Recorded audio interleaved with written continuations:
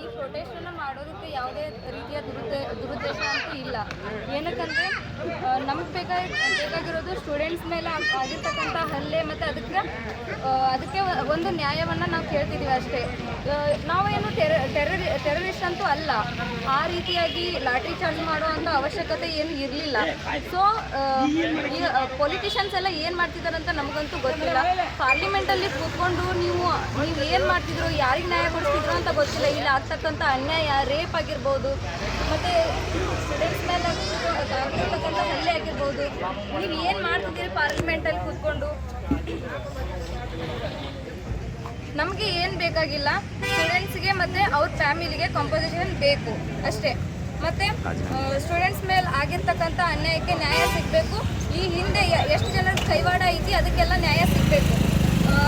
ಈ ಮಧ್ಯೆ ನಾವು ಧರ್ಮನ ತರೋದಾಗಲಿ ಇದೆಲ್ಲ ಜಸ್ಟಿಫೈ ಅಲ್ಲ ಆ್ಯಕ್ಚುಲಿ.